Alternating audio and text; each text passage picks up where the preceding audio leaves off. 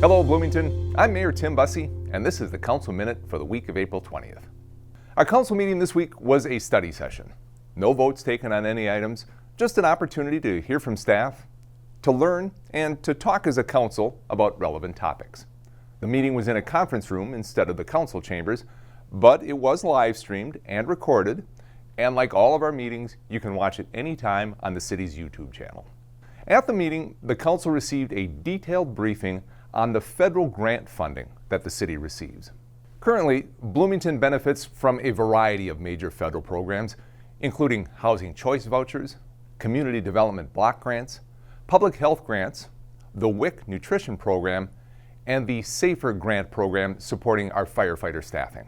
For 2025, Bloomington is scheduled to receive just under $20 million in federal funding related to those programs. That's funding that was made available by the federal government, that Bloomington applied for and was awarded, and that is part of Bloomington's 2025 budget and service delivery plans. But as we've all seen recently, the availability of federal funding has become increasingly unreliable and unpredictable. So, city staff has been doing some contingency planning. On Monday, the council talked about the city's options if federal funding goes away. Options like pursuing additional grant opportunities, shifting funding based on priorities, leveraging partnerships at the local, county, or state levels, and other possible strategies. I appreciate staff initiating this conversation, and I know they'll continue to explore and vet other options. Of course, another option is to stop doing the programs funded by federal grant dollars. The impact of simply eliminating many of the activities is concerning. It's one thing to lose funding for a well project or for highway planning or construction.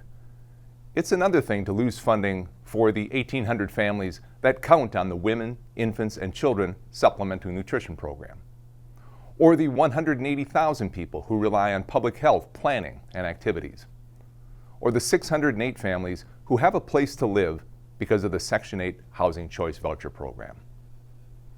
The relationship between cities and the federal government is long-standing, and it's built on trust and shared values and priorities that have been in place for decades in this country. Values like making sure that children have enough to eat, or that we keep people healthy, or that the poorest in our community have a roof over their heads. I certainly agree that all public spending should be open to scrutiny, evaluation, and possibly reduction or elimination. But I also believe that public spending should reflect the values and the priorities of a community. And if dollars are committed, they shouldn't be pulled back in the middle of a budget year. The city will continue prioritizing strategic planning to ensure that we can maintain quality services while adapting to an evolving federal funding landscape. This week, the Bloomington hospitality community came together for the 27th Annual Diamond Service Awards. The Diamond Service Awards honor and celebrate the frontline service personnel in the Bloomington hospitality industry.